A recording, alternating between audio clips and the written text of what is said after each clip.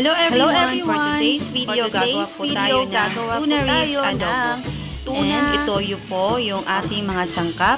Una is tuna ribs. Pwede na po half kilo. So sa akin is mga half kilo po ito. And then, meron din tayong sibuyas. Mga dalawang sibuyas. 2 tablespoons of sugar. Garlic, salt, syempre konti lang pong salt nilalagay natin, at toyo,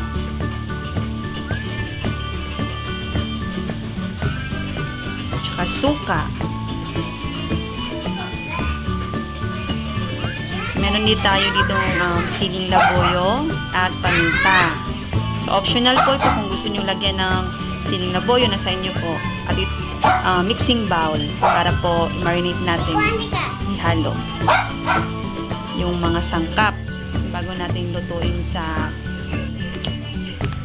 and then ipaghalo-halo natin yung mga sangkap sa mixing bowl.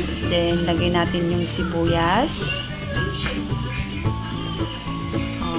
garlic. So para rin din tayo itong nagluto ng yung normal na adobo. And then, sugar. Lagyan natin yung sugar. Ipanghalo-halo po natin lahat ng mga sangkap. Marinate muna natin to for about 30 minutes bago natin siyang lutuin. Lagyan natin yung paminta. Yan. And then, yan.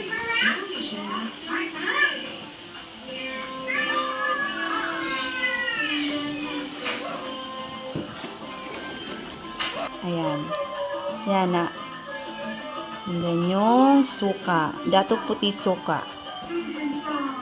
So, yan. Tiyansa lang po ito. Hindi po ako gumagamit ng measuring. Kasi, yan. Tinatyansya ko lang. And then, nasa sa inyo po, siguro mga 1 tablespoon ng suka at 2 tablespoon ng soy sauce. And then, i-mix po natin lahat. Yan, ihalo po natin ng mabuti ang mga sangkap.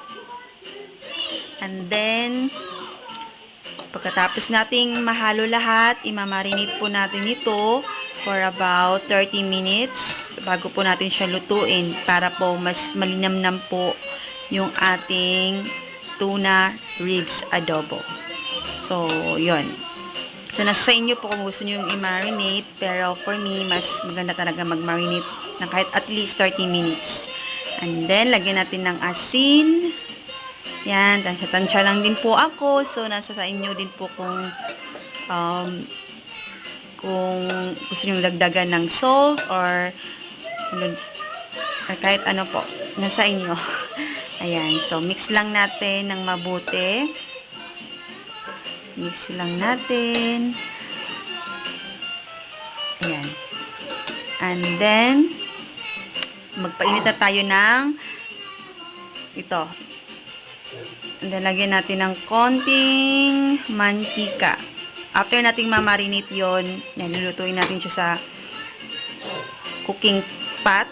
So, lagyan natin siya ng oil, konting oil. At, pag mainit na siya, ilagay natin yung minarinate natin na adobo. Ayan, ilagay natin yung tuna ribs adobo. Ayan, umusok-usok pa. Masarap. Maamoy yun lang yung amoy niya.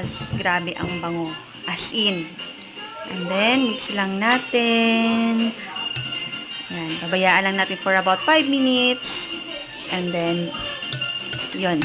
And then, takpan natin siya. Hintayin natin kumulo yung ating adobo. Ayan, takpan natin. And then, ayan, kumulo-kulo-kulo na siya. As you can see, lagyan natin siya ng konting tubig.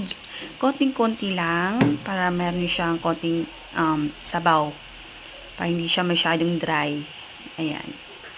And then, takpan ulit. And, yan. And then after 5 minutes to 10 minutes, no, hindi pala 5, 10 minutes, yan, kumulo na siya. And then, lagyan natin ng siling labuyo. So, optional po ito kung gusto nyo lagyan. Kung hindi, pwede rin. Kung ayaw nyo, okay lang din. Yan. Mahilig kasi kami sa maanghang, kaya nilagyan namin ng siling labuyo yung aming adobo. Ayan, ito na ang ating finished product and sana magustuhan nyo. And don't forget to subscribe and thumbs up this video.